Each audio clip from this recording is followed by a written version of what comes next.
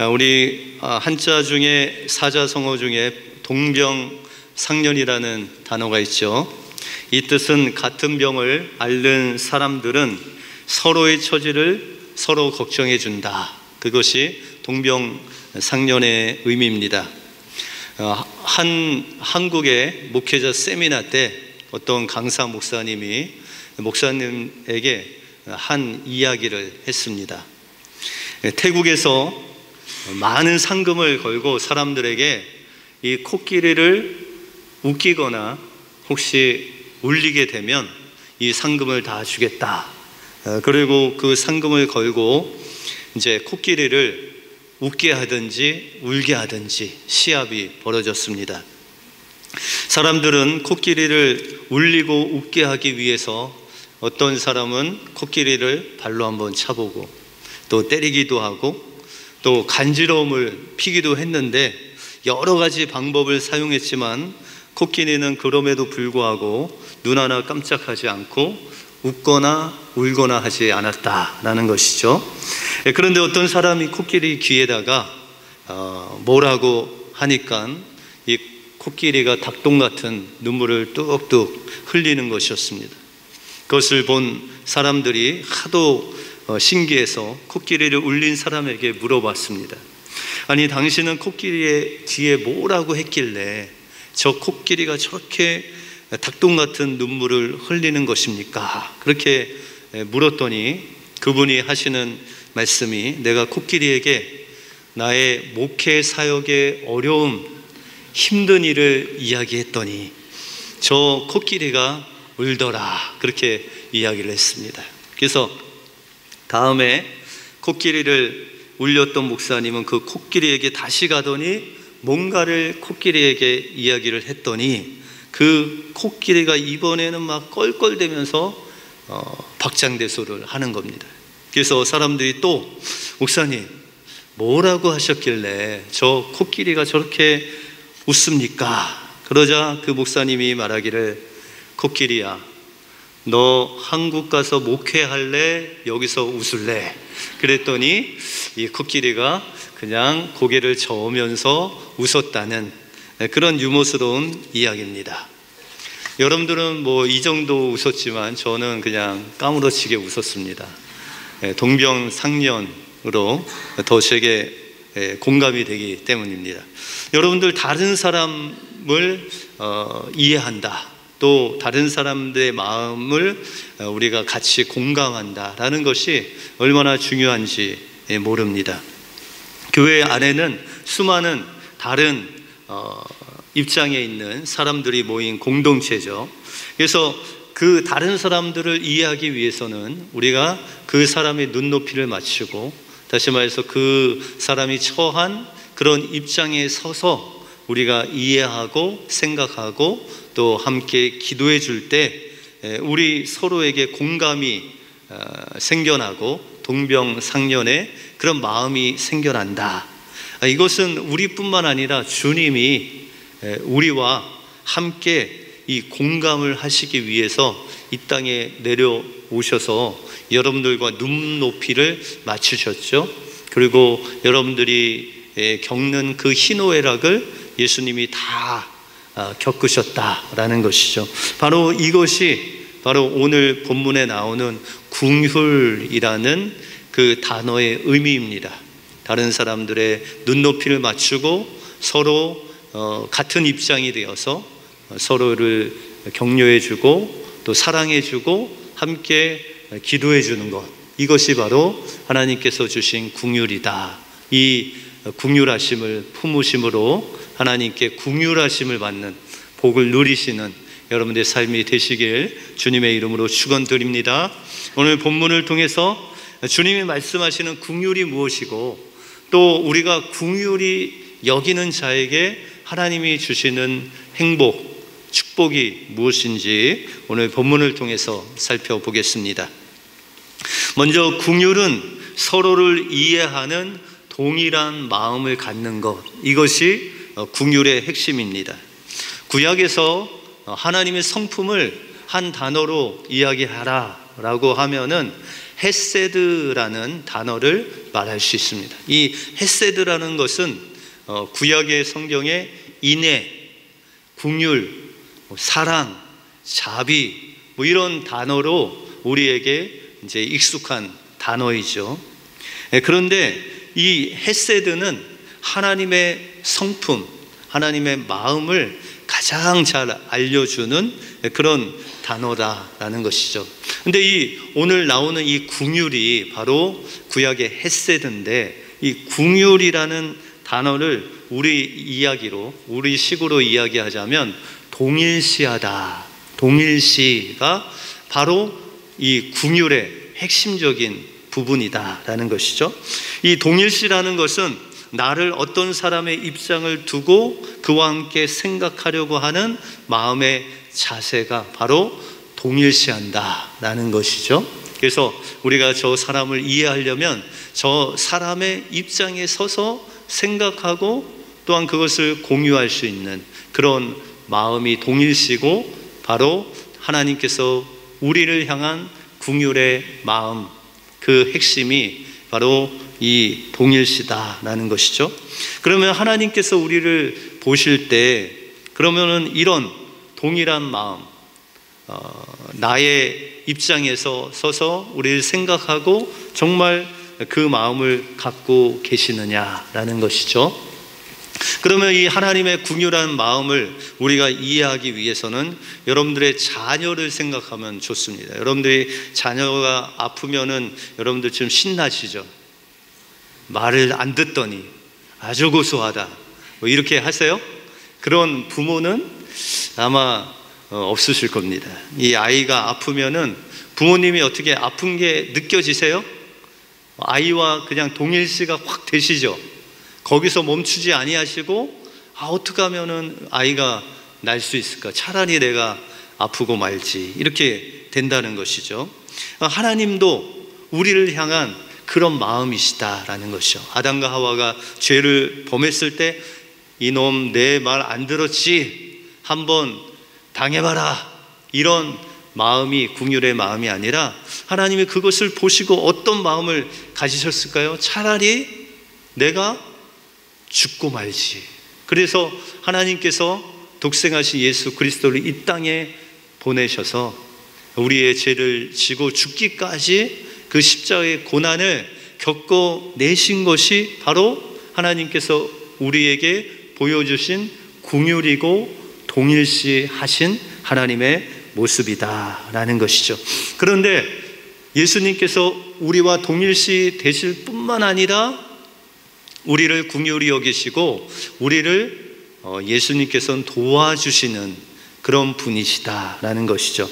그래서 우리가 히브리서 2장 17절과 18절에 보시면, 그러므로 그가 범사의 형제들과 같이 되심이 마땅하더라. 이는 하나님의 일에 자비하고 신실한 대제사장이 되어 백성의 죄를 속량하려 하심이라. 그가 시험을 받아 고난을 당하셨은즉 시험 받는 자들을 능히 도우실 수가 있다. 그렇게 말씀하고 있습니다. 예수님께서 우리를 위해서 이 땅에 오실 뿐만 아니라 우리가 받는 고난, 우리가 받는 그 어려운 시험들을 다 받으셨다는 거예요.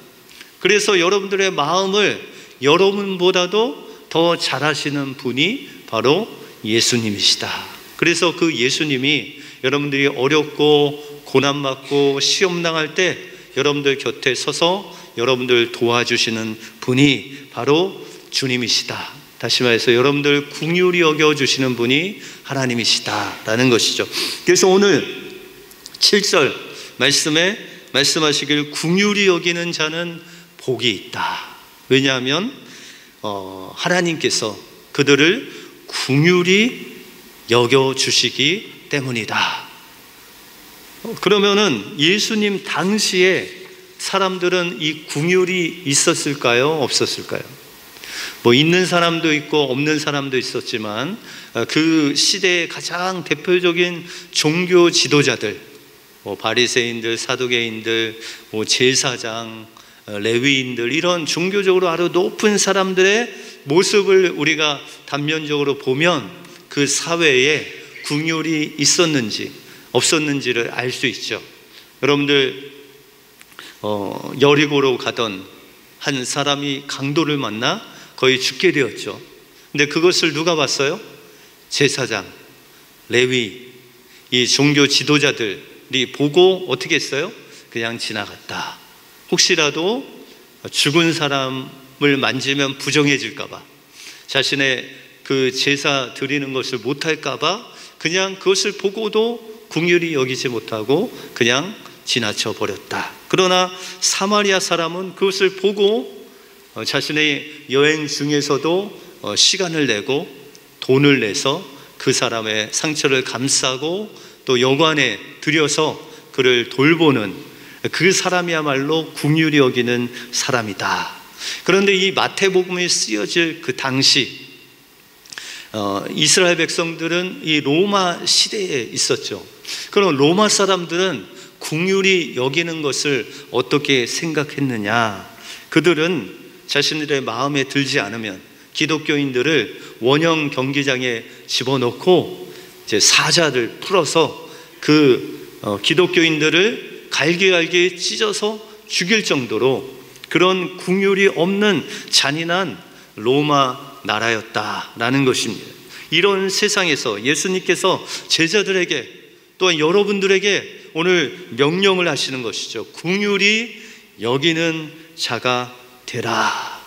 그럼 왜 예수님께서 요즘처럼 이기주의가 극성하고 형제고 부모고 자기에게 손해 줄 것 같으면 얼굴을 돌리는 이런 세상, 긍휼이 없는 이 세상에서 왜 주님은 우리에게 긍휼히 여기는 자가 되라라고 그렇게 말씀하셨을까요? 바로 하나님께서 우리를 먼저 긍휼히 여기셨기 때문입니다. 다시 말해서 여러분들은 하나님의 엄청난 긍휼을 먼저 받은 사람이기 때문에 그 긍휼을 나누어 주라라고 그렇게 말씀하고 있다는 것이죠. 그러면 여러분들은 언제 하나님의 긍휼을 받으셨어요? 하나님께서 여러분들을 보시고 불쌍히 여겨주셔서 여러분들의 그 낮고 천한 모습으로 오셔서 여러분들의 죄를 용서하시고 여러분들에게 사랑을 베푸신 그 긍휼은 언제 받으셨죠? 바로 여러분들이 예수 그리스도를 만났을 때, 여러분들의 그 십자가의 피로 여러분들의 죄를 씻어주시고 성령으로 인치셔서 너는 이제부터 내 아들이다, 내 딸이다 라고 말씀해 주시면서 날 보고 이제 아버지라 부르라. 그리고 내가 언제든지 어려움이 있으면 나에게 도움을 요청하면 내가 도와주겠다라고 하시면서 여러분들에게 긍휼을 베풀어 주셨다라는 것이죠. 에베소서 2장 4절과 5절에 보시면 긍휼이 풍성하신 하나님이 우리를 사랑하신 그 큰 사랑으로 인해서 허물로 죽은 우리를 그리스도와 함께 살리셨고 너희는 은혜로 구원을 받은 것이다 라고 이렇게 말씀하고 있습니다. 하나님께서 여러분들을 그 죄 가운데 죽었던, 허물로 죽었던, 죄로 죽었던 여러분들을 살려주실 뿐만 아니라 하나님의 자녀로 삼아주셔서 그 놀라운 풍성한 은혜를 주셨다라는 것이죠. 그러면 하나님이 이 죄 많고 이기적이고 내 중심적인 여러분들을 왜 구원해 주셨을까요? 그냥 불쌍해서? 예, 어떤 조건이 없어요. 여러분들 가끔 우리가 부활절 때, 저번 부활절 때 아이들이 발표회를 했잖아요. 언제가 제일 재밌었어요? 예? 그 여러 발표회를 했는데 어떤 게 제일 재밌으셨어요? 예?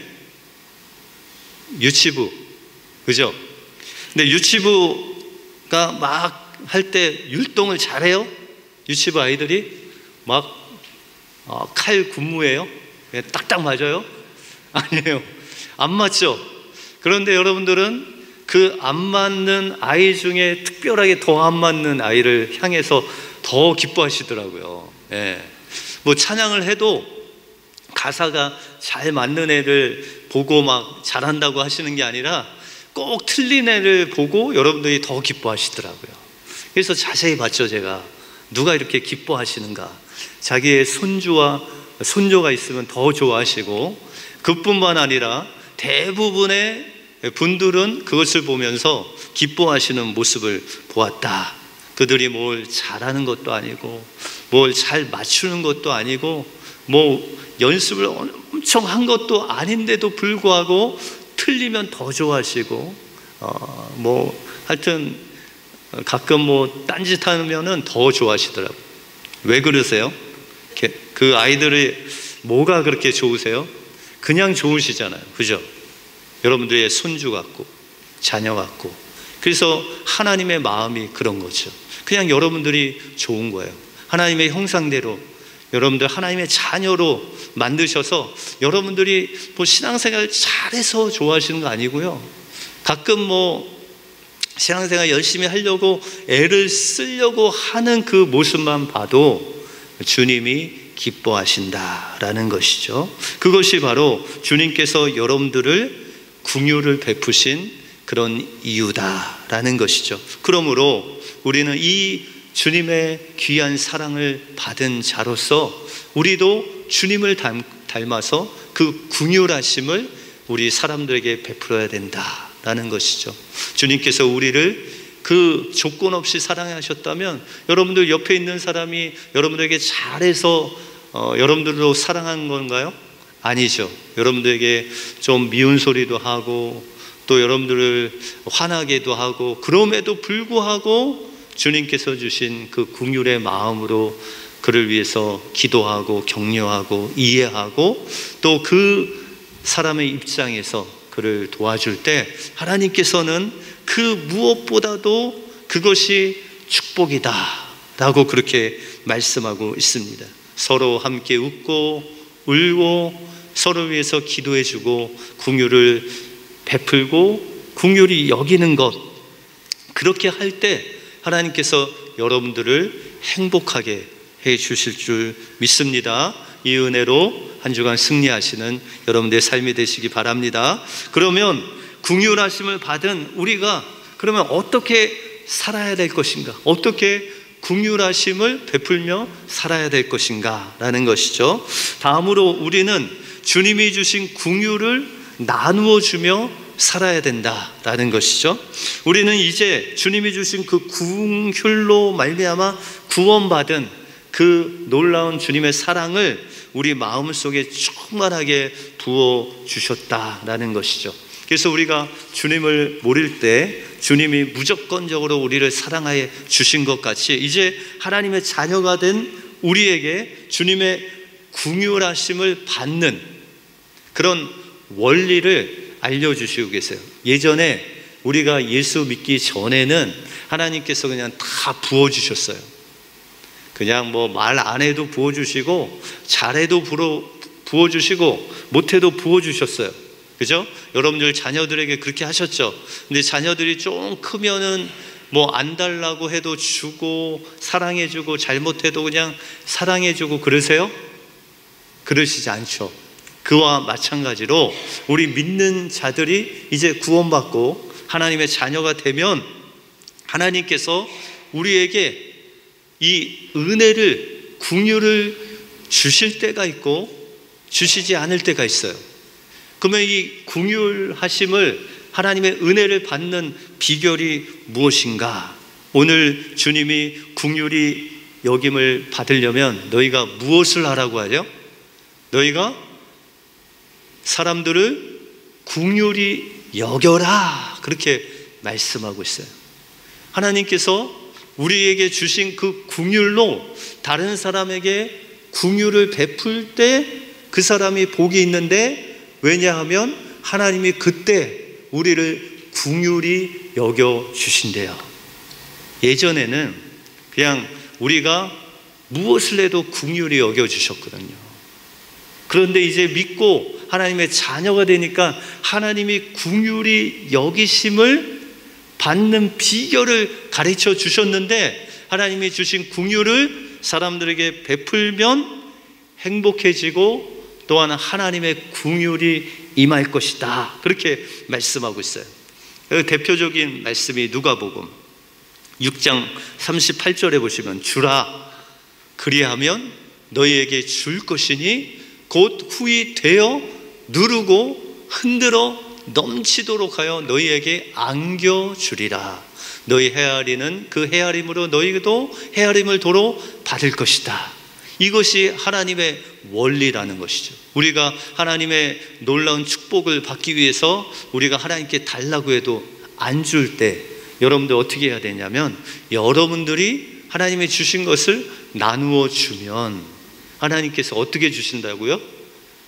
후히 주시는데 누르고 흔들어서 넘치도록 여러분들에게 안겨주신다. 그렇게 말씀하고 있다라는 것이죠.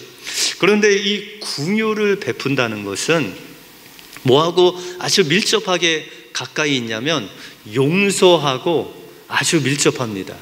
긍휼을 베푼다는 것. 왜냐하면 이 긍휼이라는 것은 사랑할 수 없는 자를 사랑하는 게 긍휼이잖아요. 또 용서할 수 없는 자를 용서하는 거죠. 우리가 용서할 수 있고 사랑할 수 있는 사람만 사랑하면 이방인들과 다름이 없다. 그러므로 하나님의 자녀는 사랑할 수 없는 자를 사랑하고 용서할 수 없는 자를 용서하라. 그렇게 말씀하고 있습니다. 그런데 여러분들, 용서가 쉬워요? 어려워요? 용서는 하늘의 별 따기 같이 어렵죠. 용서해 보셔서 알잖아요. 여러분들, 용서한다는 게 여러분들 막 뼈를 깎는 아픔과도 같은 것이 용서입니다. 그런데 여러분들, 이 용서는 왜 그렇게 힘든가?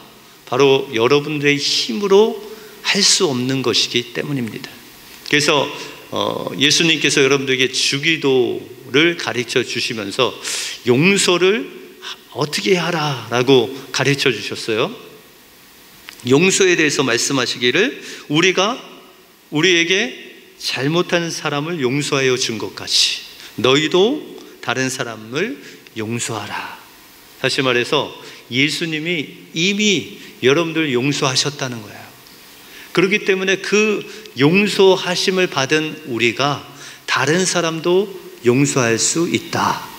그래서 1만 달란트 빚진 자가 100데나리온 빚진 자를 용서해 주는 것 같이 여러분들에게 하나님께서 그냥 100만 불을 주셨는데, 여러분들에게 한 10,000불 빚진 사람 그거 탕감해 줄 수 있잖아요. 받은 게 많으니까. 그렇죠? 용서도 마찬가지예요. 여러분들이 십자가에 죽어야 될 그 놀라운 그 용서를 주님께서 이미 베풀어 주셨다는 거예요. 그러면 여러분들, 죽기보다 더 용서할 수 없는 경우 있어요?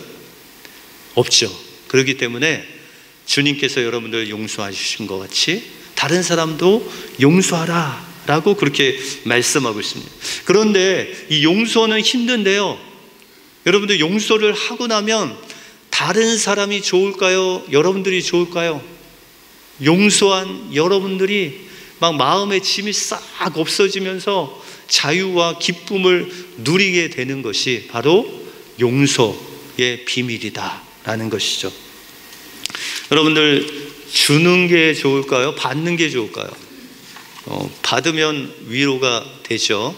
그런데 여러분들, 주면 더 위로가 됩니다. 예전에 제가 어떤 교회에서 청년부 집회를 해달라서 3박 4일을 가서 하고 이제 오는 중에 아내한테 전화가 왔어요. 어떤 집사님 그 따님이 등록을 해야 되는데 학비가 부족하다. 근데 그 부족한 액수가 왜 또 하필이면 제가 그 청년부 집회하고 받은 사례비하고 비슷했어요. 그래서 한순간 유혹은 있었지만, 그러면 우리가 그것을 좀 무명으로 주자. 그래서 그것을 이제 주고 났는데, 여러분들 그 마음이 어땠을까요? 그것만 있었으면 막 이런 안타까움이 아니고요, 꼭 내 딸의 학비를 내가 대준 것보다 더 기쁜 마음이 마음에 샘솟으면서 너무 기쁨을 하나님께서 주셨어요. 바로 이거예요. 여러분들, 하나님께서 주라고 하는 것은 여러분들이 뭘 많이 가져서 주라는 것이 아니라 그것을 줌으로 인해서 하나님께 여러분들에게 향하신 그 놀라운 은혜를 주는 방법이 바로 여러분들이 다른 사람에게 주면 하나님께서 예비하신 더 큰 은혜를 주시기 위한 방법으로 여러분들이 그것을 나눠주라라고 그렇게 말씀하고 있습니다. 그러면 예수님께서 이 긍휼을 베푸시는데 특별히 성경에 어떤 사람들에게 베푸셨는가? 우리가 이 긍휼을 베푸는데 모든 사람들에게 다 베풀어야 되지만 특별히 어떤 사람에게 긍휼을 베풀어야 되느냐? 예수님께서 문둥병자를 그 몸에 손을 대시고 낫게 하셨죠. 여러분들, 문둥병자 이 당시에는 율법적으로 부정한 사람이었어요. 만지면 부정해져서 격리해야 됐어요. 또 전염이 될 수 있었어요. 그런데 예수님께서 그 문둥병자의 그 아픈 환처에 손을 대시고, 우리가 마태복음 8장 17절에 보면 그 병을 예수님의 어깨에 짊어지셨다. 그 사람의 아픔을 통일하게 짊어지시고 그의 병을 낫게 주셨다라는 것이죠. 두 번째로는 이런 약한 병든 자 외에 또 나인성 과부가 있었는데 그에게 아들이 한 명 있었죠. 그런데 그 아들이 갑작스럽게 죽습니다. 그때 예수님께서 그에게 찾아가서 청년아, 내가 내게 말하노니 일어나라 라고 했을 때 그 죽은 청년이 일어나고 또한 말도 하고 먹기도 하고 회복되는 놀라운 역사가 일어나죠. 마지막으로 예수님께서 십자가에 죽으실 때 그를 창으로 찌르고 못을 박은 그 로마 병정들, 십자가에 못 박으라고 외쳤던 그 유대인들, 예수님을 무고하게 십자가에 못 박은 로마 병정들과 또한 유대인들을 향해서 아버지, 저들의 죄를 용서하여 주시옵소서. 저들이 하는 일을 알지 못합니다. 다시 말해서 불신자들, 하나님을 모르는 그 영혼들을 향해서 용서할 수 없는 자를 용서하시는 그 긍휼을 베푸시는 예수님의 모습을 우리가 기억한다라는 것이죠. 그러므로 주님은 가난하고 병들고 또한 예수 그리스도를 모르고 어두운 세상 가운데 있는 자들을 향해서 특별히 주님의 긍휼을 그들에게 베푸시는 주님의 모습을 우리가 본받아서, 여러분들 직장에서 여러분들 괴롭히는 고춧가루와 같은 상사들이 있죠. 어디든 있습니다. 뭐 군대 가도 있고 직장 가도 있고 가정에도 있고 교회에도 있고 다 있습니다. 그런데 그들이 악하게 괴롭혀도 그 영혼을 어떻게 해야 돼요? 불쌍히 여겨야 되죠. 왜요? 예수님이 그렇게 하셨기 때문입니다. 여러분들, 마음에 상하게 하는 사람 있으면 어떻게 해야 돼요? 그들 위해서 중보기도 해줘야 돼요. 왜요? 주님이 그렇게 하셨기 때문입니다. 병들고 가난하고 주님을 모르는 특별한 그 영혼들을 주님이 찾아가셔서 긍휼을 베푸신 것 같이 우리 또한 병들고 가난하고 주님을 알지 못하는 그 영혼들을 찾아가 주님의 사랑, 주님의 용서, 주님의 그 은혜를 베풀어 주는 것, 그것이 바로 여러분들이 행복해지는 비결이다라고 말씀하고 있습니다. 긍휼은 다른 사람과 나를 동일시하는 겁니다. 다른 사람의 처지를 나의 처지로 알고 그를 생각하고 주님이 주신 기도의 특권을 가지고 그를 위해서 함께 울고 함께 슬퍼하고 기뻐하고 기도해 주는 것, 그것이 긍휼을 베푸는 것이죠. 또한 긍휼은 나눠주는 것입니다. 우리가 나눠주면 어떤 복을 주신다고요? 주님이 우리를 긍휼히 여겨주신대요. 주님이 여러분들 긍휼히 여겨주시면 주님이 여러분들이 뭘 해도 용서해 주신다는 거예요. 여러분들이 뭘 해도 여러분들과 함께 계신다는 거예요. 그러면 하나님께서 뭘 해도 여러분들 용서해 주시고 뭘 해도 함께 하시면 여러분들이 세상에 겁날 것이 있어요, 없어요? 왜요? 하나님이 함께 하시기 때문에. 그러면 이게 복이죠. 그 복을 누릴 수 있는 비결이 바로 오늘 긍휼히 여기는 자가 되는 것이다 라는 것을 기억하시고 하나님의 긍휼을 덧입기 위해서 또 하나님이 예비한 그 복을 흔들어 넘치도록 받기 위해서 우리 이 한 주 동안 긍휼을 훈련하고 연습하심으로 하나님께서 예비하신 놀라운 긍휼의 축복, 행복을 누리시는 복된 한 주가 되시길 주님의 이름으로 축원드립니다. 기도하겠습니다.